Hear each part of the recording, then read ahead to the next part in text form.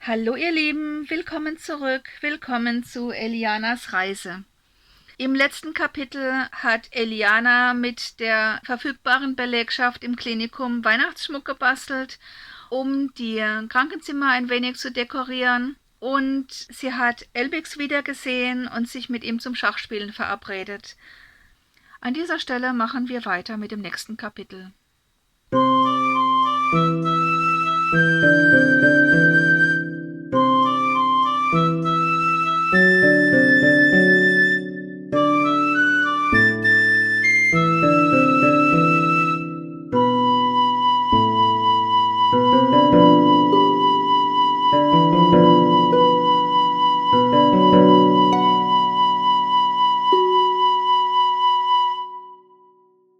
21. Kapitel Robotersachen. Es dauerte nicht lange, bis Eliana auf ihrem Kommi eine Nachricht von Elbix fand, der fragte, wann sie Zeit hätte. »Gerne heute Abend nach dem Essen 19 Uhr«, schrieb sie zurück. »Okay«, antwortete Elbix, »wir sehen uns im Saal.« Eliana war ein wenig aufgeregt. Nach dem Abendessen flitzte sie in ihr Zimmer, um sich ein wenig frisch zu machen. Sie stand vor dem Spiegel und richtete ihre Frisur, aber sie wollte ihr einfach nicht gefallen. Am Ende kämmte sie alles zurück und band sich einen Pferdeschwanz. Dann betrachtete sie sich erneut. Nicht berauschend, aber besser. Sie schminkte ihre Augen ein wenig, lachte aber anschließend über sich selbst, denn einem Roboter würde das wohl kaum auffallen, aber allen anderen, und sie würden sich über sie totlachen. Sie legte die Utensilien beiseite und schaute auf die Uhr. 18:55 Uhr. Jetzt aber flott. Sie verließ ihr Zimmer, schloss hastig die Tür und sprang in den Fahrstuhl. Sie traf Elbix an der Tür zum Saal. »Saal oder Wintergarten?« fragte er. »Ist der Wintergarten geheizt?« fragte Eliana ein wenig zweifelnd. »Ich habe vor etwa einer Stunde die Heizung eingeschaltet«, sagte Elbix. »Es ist der schönste Ort im ganzen Klinikum, und ich dachte, du könntest ihn dem lauten Saal vorziehen.« Eliana zögerte einen Moment. War es nur das Ambiente oder wollte er mit ihr allein sein? Wenn sie ehrlich war, wollte sie das auch, aber sie zweifelte, dass das gut war, dass es nicht noch zu früh war, dass etwas auf sie zukommen würde, mit dem sie nicht umgehen konnte. Elbix strahlte sie an. Er hatte sich Gedanken gemacht. Er hatte sich Mühe gegeben. Sie würde immer noch Nein sagen können, sollte sich etwas ergeben, das ihr unheimlich wäre. Er war schließlich ein Roboter. Einen Menschen würde sie nicht vertrauen. »Also Wintergarten?« fragte Elbix. »Er hat schon wieder meine Gedanken gelesen, dieser Spitzbub«, rumorte es in Eliana. Aber dann lachte sie ihre Scheu einfach weg und sagte ja. Es war kuschelig warm im Wintergarten. Durch die große Glasfront hatte man einen Blick auf die Grünanlagen, die an das Schwimmbadgelände grenzten. Einige der Büsche waren kahl, andere waren immergrün. Schneeflocken fielen sacht und mischten sich mit dem Grün des Rasens. Elbix knipste das Licht an. Er hatte ein Schachbrett und ein Kästchen mit Figuren dabei und begann mit dem Aufbau. Es war anders als bei Solby. Mit dem hatte sie über ein Display gespielt. »Ich habe auch ein Display, aber das hier hat mehr Stil«, sagte Elbix. »Du liest meine Gedanken«, sagte Eliana. Eigentlich wollte sie beleidigt klingen, aber es gelang ihr nicht. Vielmehr kam im Klang ihrer Stimme durch, wie fasziniert sie war. »Dein Wissenschip hat einen temporären Speicher, der deine Eindrücke und Gedanken mit dem gespeicherten Wissen abgleicht. Und diesen temporären Speicher kann ich lesen«, erklärte Elbix. »Nimmst du weiß?« »Gerne«, sagte Eliana. Sie überlegte kurz und tat den ersten Zug. »Ich bin vielleicht etwas empfindlich«, meinte sie dann, »und nimm das bitte nicht persönlich, aber ich fühle mich nicht wohl bei dem Gedanken, dass alles, was mir durch den Kopf geht, in der Cloud landet.« Elbix zog einen schwarzen Springer. »Ich bin Buchhalter«, sagte er. »Diskretion ist mein zweiter Vorname. Ich bin nicht an die Cloud angeschlossen, und das steht mir auch gesetzlich zu.« Und dann sagte er weiter, Einer von mehreren Gründen, warum ich gerne Buchhalter bin. Es überrascht mich, dass du als Roboter einen Sinn für Privates hast, gab Eliana zu. Ich habe eine AI, bemerkte Elbix. Das haben heute alle Roboter. Du bist dran. Was macht eine AI? Fragte Eliana, während sie mit einer ihrer Figuren den Platz wechselte.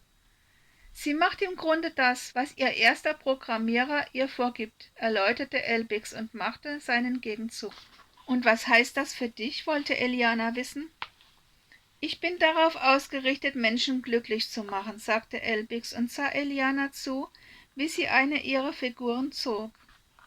Dann nahm er seine Dame und schlug einen weißen Bauern. Guter Zug, sagte Eliana und bedrohte die Dame, die Elbix schnell in Sicherheit brachte. Was macht einen Menschen glücklicher, als wenn jemand da ist, der ihm die Buchhaltung abnimmt, sagte Eliana bewundernd. Ganz genau, meinte Elbix. Aber da gibt es noch mehr. Was noch? Fragte Eliana. Oh, freundlich sein, hilfsbereit, negative Energien ausgleichen und positive verstärken, sauber arbeiten, keine unnötigen Umstände machen und so in der Art, antwortete er. Das Schachbrett hatte sich inzwischen ziemlich geleert. Elbix machte eine Rochade und Eliana folgte dem Beispiel. Elbix zog. Schach, sagte er. Eliana rettete ihren König. Elbix zog seinen letzten Läufer. Eliana bedrohte ihn mit einem ihrer Türme. Elbix nutzte die dadurch entstandene Lücke in ihrer Verteidigung. Schach. Wie alt bist du wirklich? Fragte Eliana, während sie mit dem anderen Turm den Weg zu ihrem König versperrte. 156 Jahre, sagte Elbix, aber mehrfach rundum erneuert. Mein Aussehen habe ich vor 80 Jahren bekommen, nach einer der letzten großen Berühmtheiten des damaligen Films. Und seit wann bist du im Klinikum? Seit dem Tod meiner Frau, sagte Elbix. Du hattest eine Frau? Fragte Eliana überrascht. Ja, sie ist vor etwas mehr als 30 Jahren in diesem Klinikum an Herzversagen verstorben. Sie war 107 Jahre alt geworden. Das tut mir leid, sagte Eliana. Sie zog. Schach. Aber, fuhr sie nachdenklich fort, wie habt ihr das denn gemacht? Ich meine, hatte sie nicht manchmal Bedürfnisse? Elbix verstand, was sie meinte. Er zog. Schachmatt, sagte er. Revanche, sagte Eliana und stellte die Figuren neu auf. Währenddessen erklärte Elbix. Wir haben uns gefunden, als die normalen Leute noch Geld hatten. Ursprünglich war ich für ein Leben mit einer Partnerin nicht ausgestattet, aber man konnte das nachrüsten. Wir haben uns für ein japanisches Patent entschieden, das hochsensible Sensoren und ein paar nette Funktionen hat. Meine Frau hat dafür ihre ganzen Ersparnisse zusammengekratzt und es dort bestellt. Ich hatte keine Ahnung, dass es so etwas gibt, bekannte Eliana. Fertig, fang an. Elbix eröffnete das Rückspiel. Die Leute hier wissen so etwas nicht. In Japan gibt es viele, die einen Roboter als Partner haben. Tatsächlich, staunte Eliana. Sie zog und sah ihn an. Jedenfalls, fuhr Elbix fort, fand man mich wohl sympathisch und bot mir die Stelle hier an, und ich habe sie angenommen. Mein Job davor war zwar sehr ähnlich, aber man hatte mich dort sehr abfällig behandelt. So war ich froh über das Angebot. Morvik hat einen Dringlichkeitsantrag gestellt und mich dann von meinem alten Arbeitgeber übertragen lassen. Roboter sind eben auch nur Menschen, bemerkte Eliana. Natürlich, stimmte Elbix zu. Wir wurden schließlich von Menschen konfiguriert. Die zweite Partie gestaltete sich ebenso spannend wie die erste, und auch wenn Eliana wieder verlor, hatte sie sehr genossen. Während Elbix die Figuren in das Kästchen einsammelte, beobachtete Eliana die Schneeflocken, die an der Glasfront entlang zu Boden schwebten und gelegentlich von einem Windstoß verwirbelt wurden. Elbix dämpfte das Licht, ging zu ihr und berührte sie an der Schulter. Eliana sah zu ihm auf. »Es ist so wunderschön«, sagte sie und legte ihre Hand auf die seine, als ob sie seine Berührung festhalten wollte.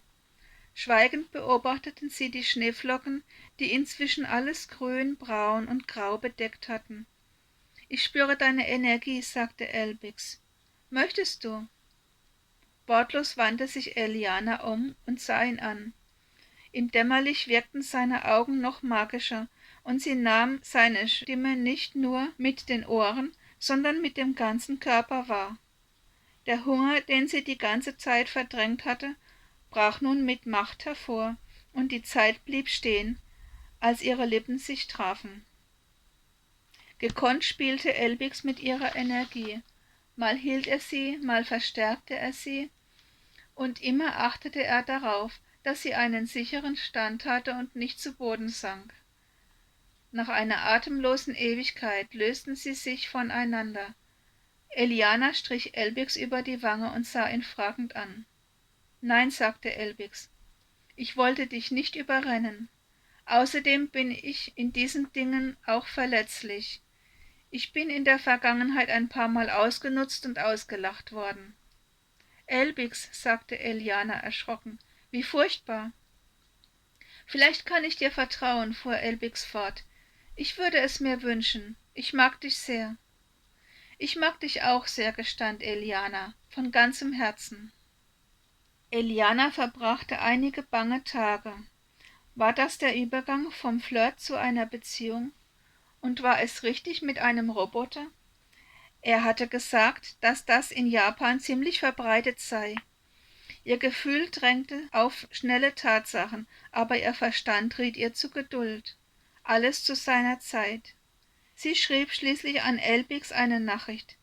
»Danke für den schönen Abend. Gerne wieder.« Als sie ein paar Minuten später nachsah, war eine Antwort von Elbix da. »Immer. Sag nur, wann du Zeit hast.« Eliana überlegte kurz, wie sie die kommenden Tage zum Dienst eingeteilt war, und schlug dann einen Termin vor. »Okay«, kam zurück. »Im Wintergarten?« »Klar, gerne«, schrieb Eliana zurück.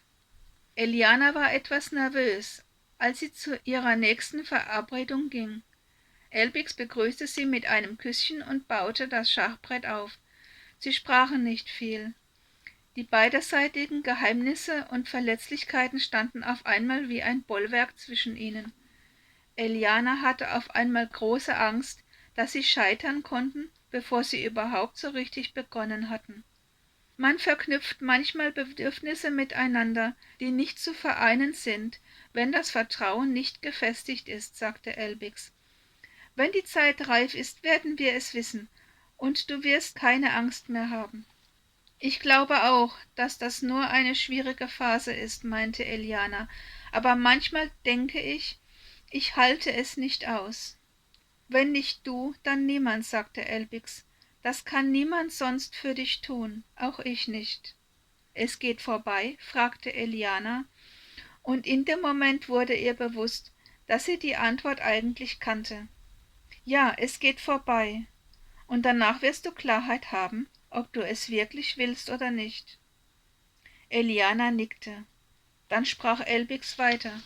Du bist sehr verliebt, und das ist schön für mich. Ist es das erste Mal? Ja. Umso wichtiger, nichts zu überstürzen, meinte Elbix. Ich werde dich schon nicht allzu lange zappeln lassen, sagte er noch mit einem komplizenhaften Lächeln. Mehr als 5 Minuten, fragte Eliana und zeigte damit, dass sie sich entspannt hatte und wieder zu etwas humorfähig war. Ein bisschen schon, meinte Elbix und lächelte, während er sich wieder auf das Spiel konzentrierte.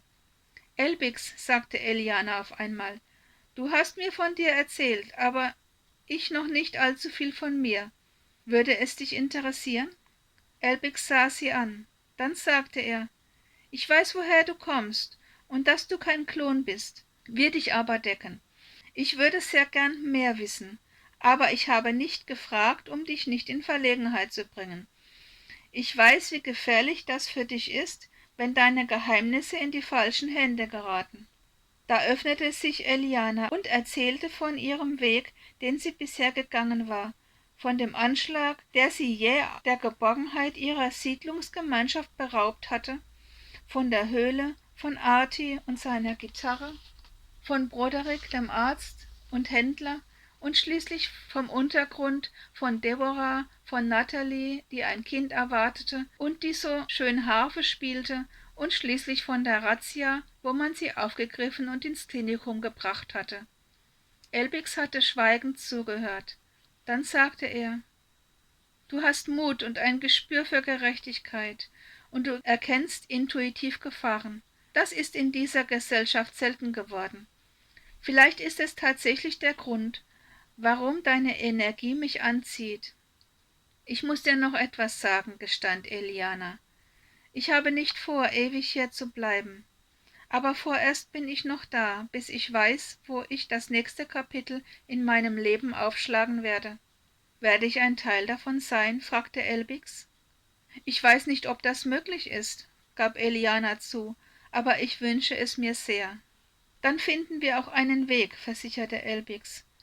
Eine große Last fiel von ihr, und Eliana fühlte, dass sie heute einen großen Schritt weitergekommen waren. Sie hatte sich ihm geoffenbart und bereute es nicht. Sie war nicht nur verliebt, sondern hatte auch einen engen Vertrauten gefunden, einen Freund. Aber sie spürte auch, dass ihre starken Gefühle ins Destruktive umzuschlagen drohten, wenn sie nicht auslebte.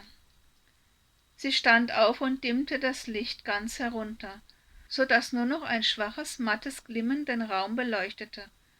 Dann sah sie Elbix an, der am Tisch bei den Schachfiguren stand und ihr zugesehen hatte. Ihr war auf einmal, als würde er über den temporären Speicher ihres Wissenschips mit ihr kommunizieren. Es war ihr nicht mehr unheimlich, es war vertraut und nah, und es war unendlich gut. Sie ging ein paar Schritte auf ihn zu. Seine tiefblauen Augen blickten sanft und aufgewühlt zugleich. Sie nahm seine Hand. »Möchtest du?« fragte sie. »Gerne«, sagte er. »Und du?« »Ja«, sagte Eliana. »Alles.« Die nächsten Tage verbrachte Eliana im Glückstaumel. Celia beobachtete sie streng, wenn sie wieder einmal einen Flüchtigkeitsfehler gemacht hatte. »Ist mit dir alles in Ordnung?« fragte sie. »Ja, alles klar«, winkte Eliana ab. »Nur ein wenig Spätherbstmüdigkeit, denke ich.« Celia schien zu ahnen, dass es sich hier um etwas anderes handelte, sagte aber nur: »Konzentrier dich, Mädchen, Fehler können Menschenleben kosten.« Sie hatte Mädchen zu ihr gesagt. Bis eben noch hatte sie das nie gestört, aber nun rebellierte alles in ihr dagegen auf. »Ich bin eine Frau«, dachte sie bei sich, »eine Frau mit allen Sinnen«, und in dem Moment war sie froh, dass kein Roboter in der Nähe war, um ihre Gedanken zu lesen. Auch Helvi war eine Veränderung an ihr aufgefallen. Sie sah Eliana an und grinste. »Elbix?« fragte sie. »Woher?«, begehrte Eliana auf. »War am Ende doch alles in der Cloud gelandet? Vielleicht sogar als Livestream?« Helvi kicherte. »Dazu braucht man nicht viel, um das zu wissen«, beruhigte sie die nervöse Eliana. »Ich bin deine beste Freundin, mir fällt so etwas auf. Und da du mit den Jungs hier keinen so engen Kontakt hast, kann es eigentlich nur Elbix sein.« Und leise sprach sie weiter. »Seit dem Museumsbesuch habe ich so eine Ahnung. Ich kann mir zwar nicht vorstellen, wie man mit einem Roboter glücklich sein kann, aber du hast da wohl deinen Weg gefunden.« Eliana lächelte wissend, gab aber ihre Geheimnisse nicht preis, besonders die sie mit Elbix teilte. Dann erzählte Helvi: »Als ich hier ankam, war ich ebenso fasziniert von ihm. Ich weiß sogar, dass er verdammt gut küssen kann. Er war ein netter Flirt. Aber als ich spürte, dass ich mehr wollte als flirten, habe ich die Sache beendet.« Eliana schwieg einen Moment betroffen. Dann sagte sie: »Du hast ihn damit verletzt.« Helvi lachte. »Komm zu dir, Liebes. Er ist eine Maschine.« Eliana wusste, dass er mehr war als das. Sie konnte allerdings seine intimen Geheimnisse nicht vor der Freundin ausplaudern, so gern sie auch von ihrem Irrtum befreit hätte. Sollte sie doch für verrückt halten. Sie wusste, dass es anders war, Und außerdem ist Verliebtheit immer auch ein wenig Verrücktheit. Es ist einfach schön, und ich stelle keine Fragen, sagte Eliana schließlich, um sich diplomatisch aus der Affäre zu ziehen. Helvi lachte und klopfte Eliana auf die Schulter. Na klar, genieß es einfach, ich gönn dir dein Glück. Und wenn du Hilfe brauchst, komm einfach zu mir, ich tröste dich dann. Danke dir, sagte Eliana und vermied dabei eisern, ihr zu zeigen, dass sie nicht nur ihn, sondern auch sie verspottete. Sie konnte es ja nicht besser wissen, und das musste sie nun auch nicht mehr. Die Abende im Wintergarten gehörten nun zwei Liebenden, die sich gegenseitig erkundeten und miteinander durch Galaxien von pulsierenden und explodierenden Sternen reisten. Elbigs Erfahrung und Elianas jugendliche Neugier öffneten immer wieder neue Türen, ja ganze Universen von Gefühl und Leidenschaft. Elbig sorgte am Ende immer für eine sanfte Landung auf der Erde. Er küsste Eliana und strich ihr Haar zurück, das ihr ins Gesicht gefallen war. »Kannst du eigentlich fühlen?« fragte Eliana. »Kannst du glücklich sein?« »Ich denke schon«, antwortete Elbix, »auch wenn die Abläufe bei mir vielleicht anders sind als bei dir.« Damit sind wir am Ende unseres heutigen Kapitels angelangt. Vielen Dank fürs Zuhören. Ich wünsche euch noch eine gute Zeit und wir sehen uns nächsten Donnerstag mit der Fortsetzung. Bis dahin alles Gute euch, bleibt gesund und bis dann. Ciao.